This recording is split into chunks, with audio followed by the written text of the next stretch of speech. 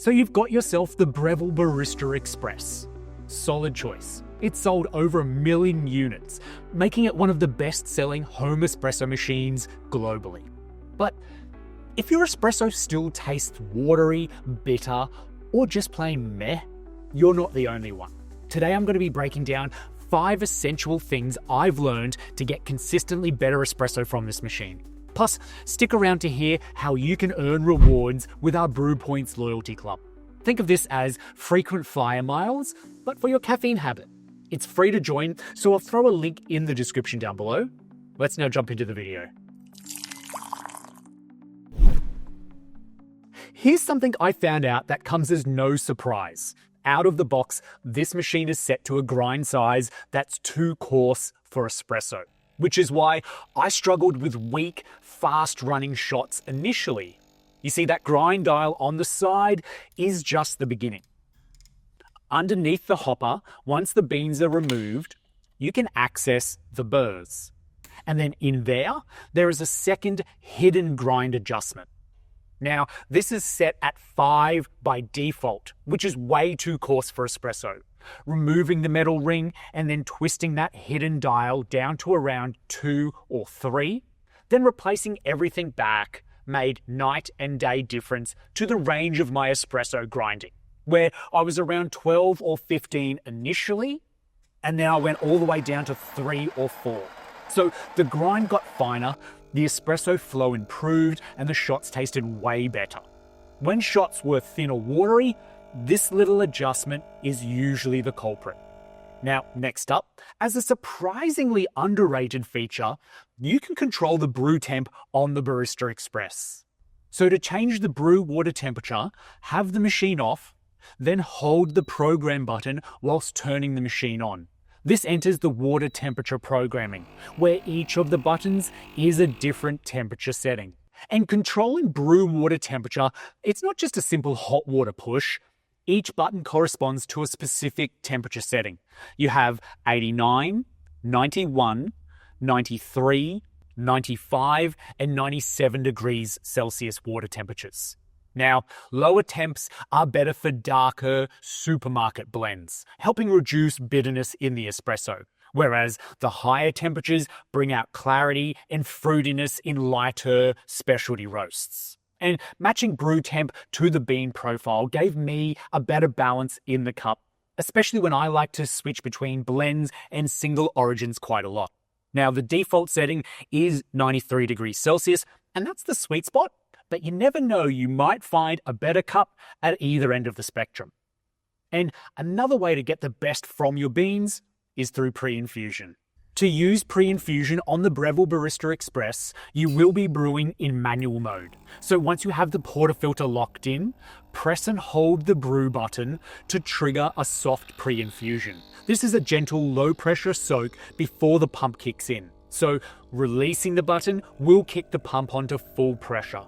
Now I hold it for about 4 to 8 seconds, and this lets the coffee bloom slowly, and that final shot gets that extra bit of sweetness and body in the cup. And you will also need to stop the shot manually here. Just watch your scale or what is turning up in the cup, as post pre-infusion, the espresso flows that little bit faster as the puck is already wet and it's starting to give way. So long as I maintain that output that I'm aiming for, whatever the recipe is, the time that it takes might be a little bit longer or shorter than expected, but it's well worth controlling your shot manually for the flavor it can achieve in the cup. Like, it is a little bit of a dance, but the results speak for themselves. Which is a nice segue into the next tip, and that is breaking that 30 ml habit using volumetrics. Now, by default, these brew buttons are set to smaller volumes than normal. I think the double one is set to like a 30-gram shot volume, which is almost way too small for a good-sized coffee. But you can change and should change these brew buttons. Now, I should preface that you should always be measuring the volume of espresso out with a set of scales.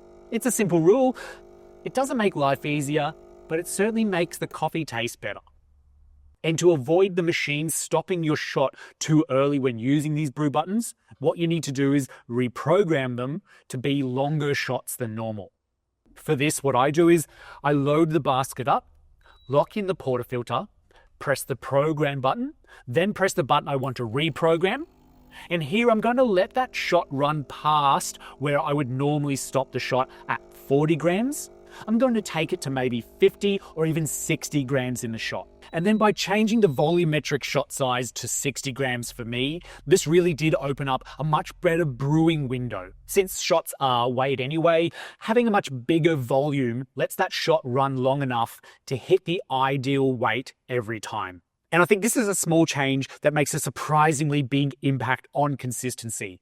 Even if you're not weighing your shots every time, I found having 50 grams of espresso in the cup is far more satisfactory than 30 grams, where it generally ends up tasting weak or washed out when you start adding milk to it.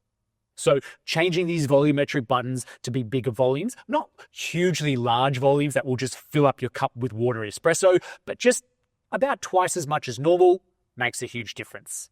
Next up, tamping. Now this is a must, but it does come with an additional cost. I will say Breville are fantastic at including lots of extras with their machines, but the included plastic tamper does have a metal base to it, but it honestly feels like a toy. It's too light, too small, and inconsistent. Upgrading to a solid 53.3 millimeter metal tamper, preferably with a leveler, this gave me noticeably better puck compression, where shots pulled smoother and tasted richer. After switching tampers, it's honestly hard to believe that this plastic one was ever considered good enough. Now, I don't apologize for adding an accessory in this video, where everything else you can do for free to upgrade the costs. This one above all else is an absolute game changer with this machine. Get a better tamper.